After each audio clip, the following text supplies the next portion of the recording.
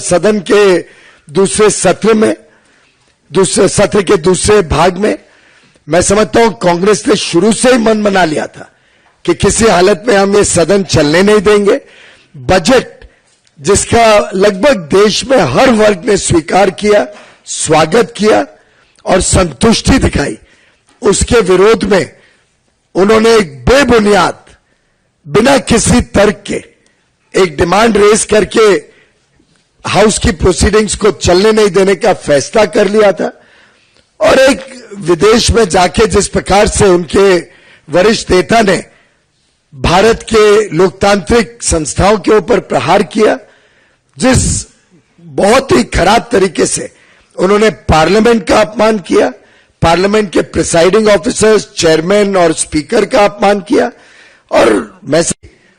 भारत की जो संस्थाएं हैं, जो हमारे लिए अमूल्य लोकतांत्रिक संस्थाएं हैं, उसका अपमान देश में कोई भी सहन नहीं कर सकता है। बड़प्पन इसी में था अगर उनके नेता माफी मांगते देश से। दुर्भाग्य से उन्होंने माफी भी नहीं मांगी, उल्टे और सीना जोड़ी करके देश को, अपमान को और ज्यादा गढ़ने की कोशिश की। राजीव सदन के दूसरे सत्र के दूसरे भाग में मैं समझता हूं कांग्रेस ने शुरू से ही मन बना लिया था कि किसी हालत में हम ये सदन चलने नहीं देंगे। बजट जिसका लगभग देश में हर वर्ग ने स्वीकार किया, स्वागत किया और संतुष्टि दिखाई, उसके विरोध में उन्होंने एक बेबुनियाद, बिना किसी तर्क के एक डिमांड रेज करके हाउस की प्रोसीडिंग्स को चलने नहीं देने का फैसला कर लिया था। और एक विदेश में जाके जिस प्रकार से उनके वरिष्ठ नेता ने भारत के लोकतांत्रिक संस्थाओं के ऊपर प्रहार किया, जिस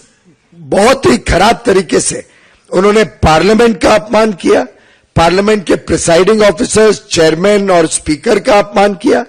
और मैं भारत की जो संस्थाएं हैं, जो हमारे लिए अमूल्य लोकतांत्रिक संस्थाएं हैं, उसका अपमान देश में कोई भी सहन नहीं कर सकता है। बड़प्पन इसी में था अगर उनके नेता माफी मांगते देश से। दुर्भाग्य से उन्होंने माफी भी नहीं मांगी, उल्टे और सीना जोड़ी करके देश को, अपमान को और ज्यादा गढ़ने की कोशिश की। राजीव